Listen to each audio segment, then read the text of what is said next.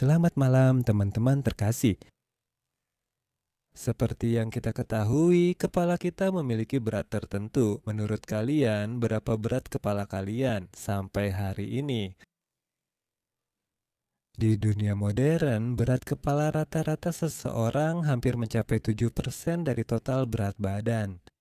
Artinya, jika berat badan Anda 100 kilogram, kepala Anda akan seberat 7 kilogram. Coba bayangkan dan hitung sendiri berapa berat badan Anda. Tulis di komentar berat kepala Anda, kita cari tahu siapa subscriber dengan kepala terberat. Rumusnya dihitung seperti ini, 7% dari berat badan Anda.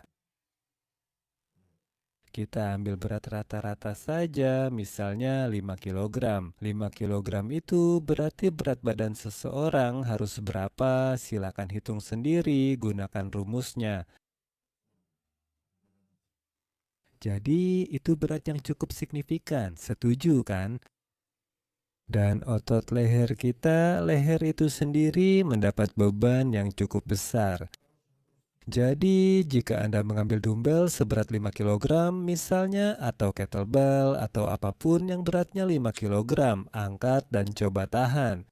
Nah, kalau mengangkat beberapa kali sih tidak masalah, tapi menahan secara statis itu cukup berat. Bahkan jika Anda hanya mengambil sesuatu seberat 5 kilogram, misalnya ini dumbbell 1,5 kilogram. Ini beberapa kali lebih ringan daripada 5 kilogram. Dan Anda lihat, saya sudah meluruskan tangan saya.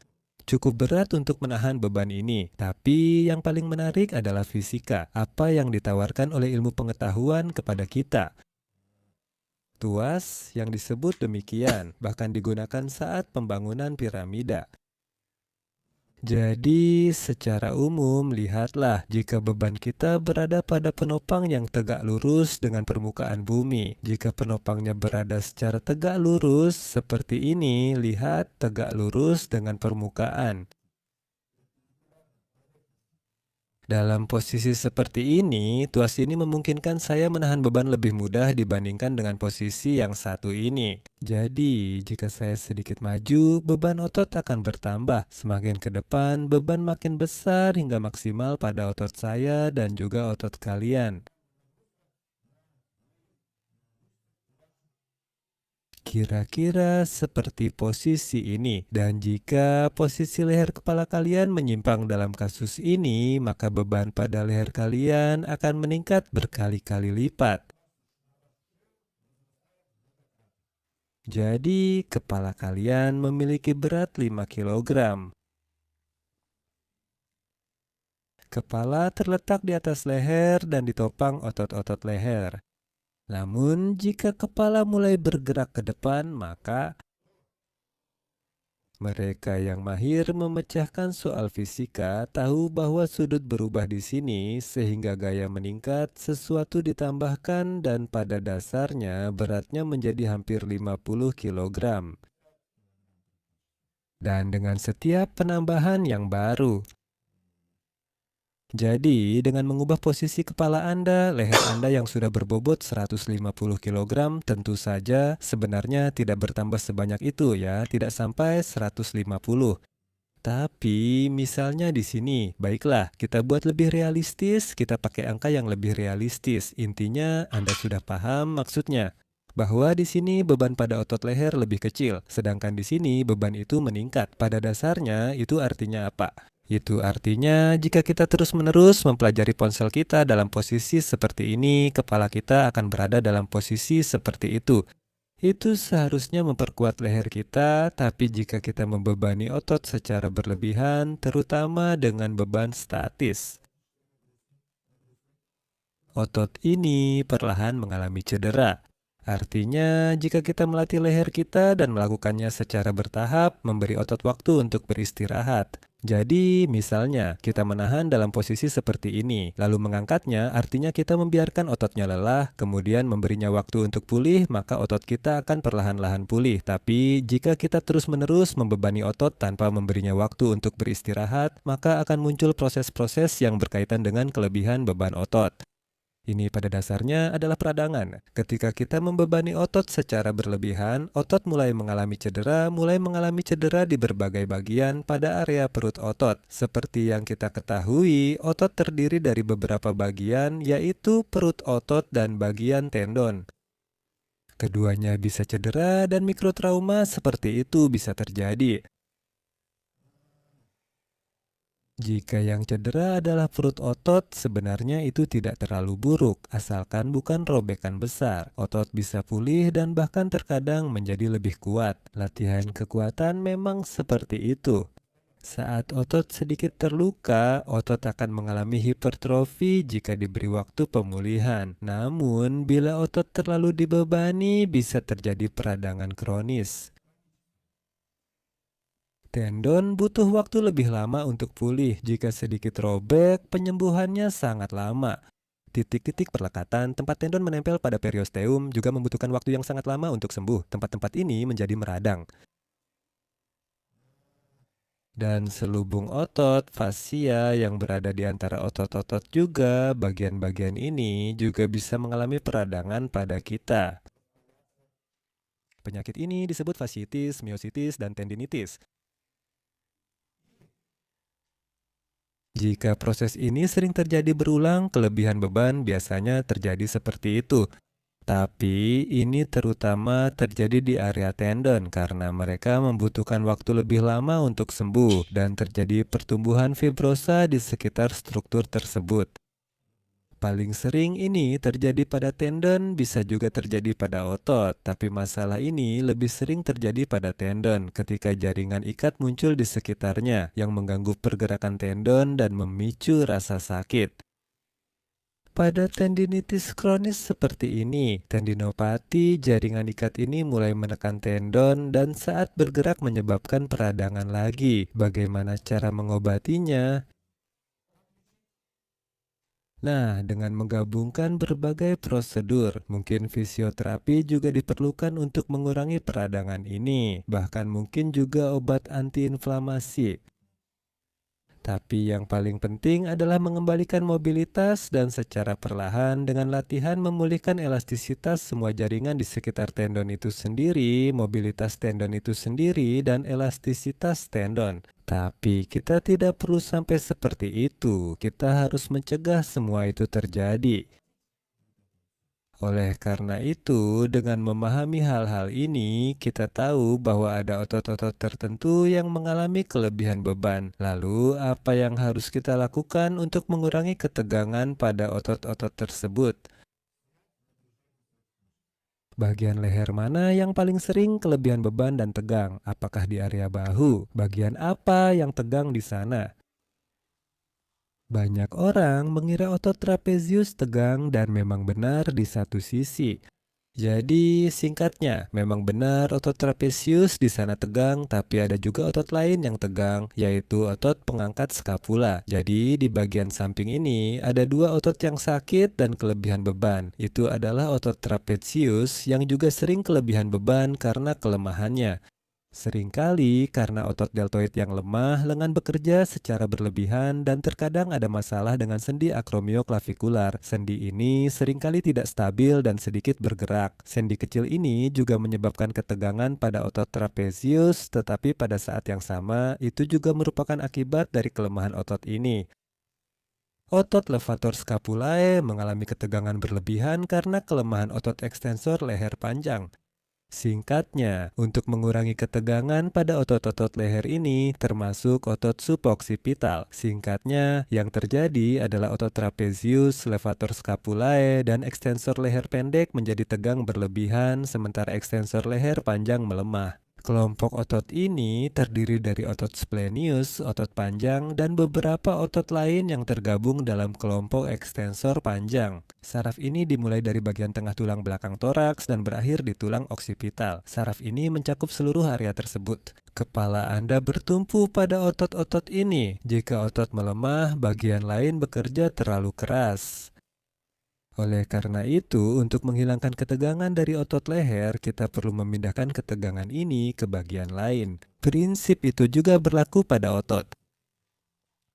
Ada otot-otot yang melakukan gerakan berlawanan arah. Misalnya, satu otot membengkokkan lengan kita.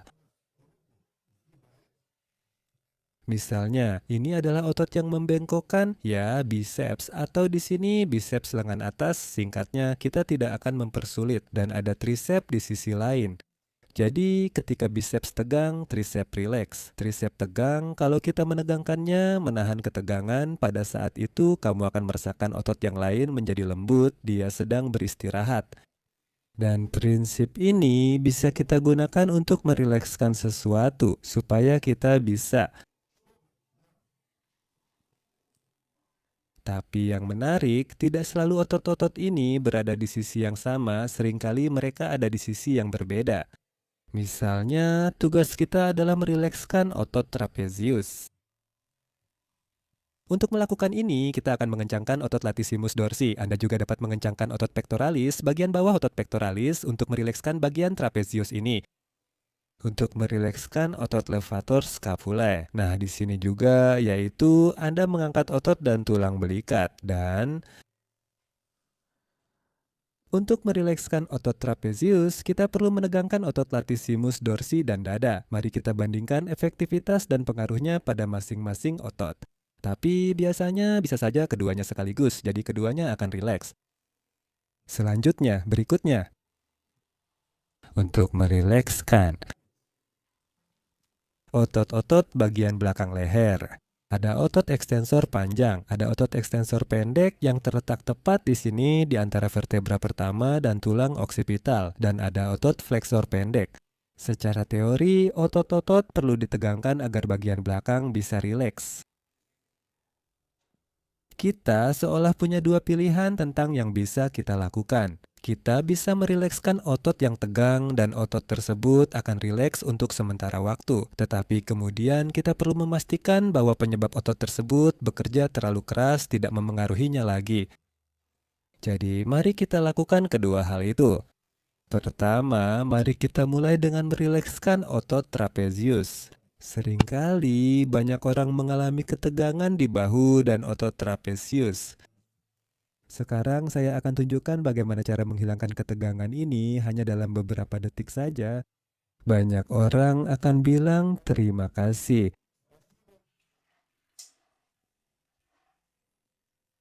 Dan saya akan bilang sama-sama. Karena sebagai akibat dari dampak ini, banyak orang yang mengalami ketegangan otot ini sekarang akan merasakan kelegaan, relaksasi otot tersebut. Jadi untuk itu kita akan membutuhkan karet gelang yang akan kalian pasang di sini, di bagian atas. Anda bisa memegangnya di bagian pegangannya atau Anda bisa memegangnya seperti ini, itu juga bisa. Tapi di sini ada dua pilihan. Kalian bisa memegang pada pegangannya dengan telapak tangan menghadap ke bawah atau kalian bisa memegang seperti ini dengan ibu jari menghadap ke atas. Sekarang apa yang harus kalian lakukan? Sekarang tekuk sedikit tangan kalian. Bisa juga lurus, tapi lebih baik agak ditekuk untuk berjaga-jaga karena karet yang dipakai mungkin terlalu keras. Sekarang lakukan gerakan ke bawah ke sini sebagai permulaan. Lakukan gerakan ke arah ini, menuju paha Anda, menuju kaki Anda. Pegang resistance band, lalu tarik seperti ini, tepat di sini. Inilah efek yang Anda dapatkan setelah sedikit menjauh dari dinding. Dan pada saat ini, bagian mana yang membuat Anda tegang? Di sini, otot latissimus dorsi Anda menegang dan bagian bawah otot dada Anda juga menegang. Otot dada dan otot latissimus dorsi sama-sama terlibat. Dua otot besar ini adalah yang utama meski ada otot lain yang juga bekerja.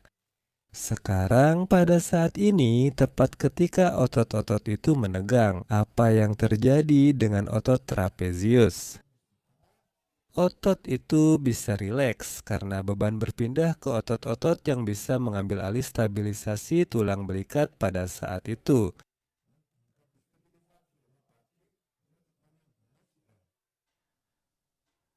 Meski keduanya tak langsung menempel tulang belikat, tapi karena tegangannya. Coba letakkan tangan Anda di sini, Anda akan merasakan bagaimana bagian bahu Anda, area ini menjadi rileks. Sekarang, jika Anda sedikit mengubah gerakannya dan melakukannya bukan ke arah paha, tapi sedikit ke depan, ke sini, maka sudutnya sedikit berubah. Dan di sini bandingkan, lakukan gerakan ke depan lalu lakukan gerakan sedikit ke belakang. Jadi yang pertama ke paha Anda, yang kedua sedikit ke depan di sini, dan yang ketiga sedikit ke belakang di sini. Dan ketika kita melakukan sedikit ke depan, otot trapezius akan lebih rileks di sini karena bagian bawah otot dada ini akan lebih banyak bekerja. Trapezius pun otomatis lebih rileks. Jika Anda melakukan gerakan sedikit ke belakang ke sini, maka otot latissimus dorsi akan lebih banyak bekerja dan trapezius juga akan rileks. Namun, otot yang mengangkat tulang belikat Anda akan lebih rileks lagi. Cara-cara ini sangat baik dilakukan saat Anda merasa leher Anda terlalu tegang atau kepala Anda atau saat Anda sakit kepala. Jadi saat saya condong ke depan seperti ini, otot dada saya menegang dan trapezius jadi lebih rileks. Sekarang saya sedikit bergerak ke belakang. Otot latissimus dorsi tegang, otot trapezius rileks, dan otot pengangkat tulang belikat lebih rileks karena perubahan posisi bahu, lengan, serta ketegangan latissimus dorsi. Jadi, dengan cara-cara ini, Anda bisa lebih baik merilekskan otot leher daripada hanya dengan meregangkannya. Apa kekurangan dari peregangan otot? Kekurangannya adalah saat otot tetap tegang, Anda mencoba meregangkannya, sehingga titik-titik perlekatannya saling menjauh. Otot yang tegang ini mungkin akan rileks atau mungkin tidak akan rileks pada saat Anda mencoba meregangkannya. Bisa saja otot itu malah semakin cedera tergantung keberuntungan. Tapi jika Anda menegangkan bagian lain bukan otot ini, maka otot ini mau tidak mau pasti akan rileks, tidak ada pilihan lain. Karena agar otot antagonis bisa menegang, semua ini harus rileks. Coba saja bagi yang pernah mengalami masalah ketegangan di leher, Anda akan langsung merasakan efek yang sangat baik. Dan sekarang yang paling penting, semua ini bagus artinya kita sudah merilekskan bagian yang sebelumnya terlalu tegang, yang sering menegang. Tapi sekarang kita harus memastikan agar penyebab ketegangan berlebih itu bisa diatasi.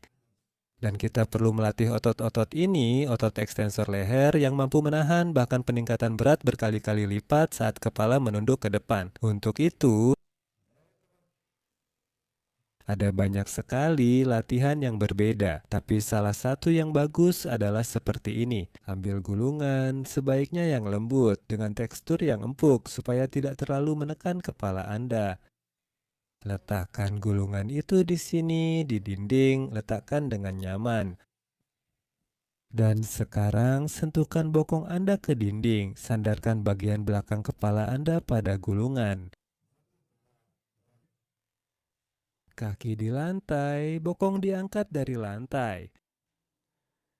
Letakkan kembali, angkat lagi, letakkan kembali, angkat lagi, seperti itu.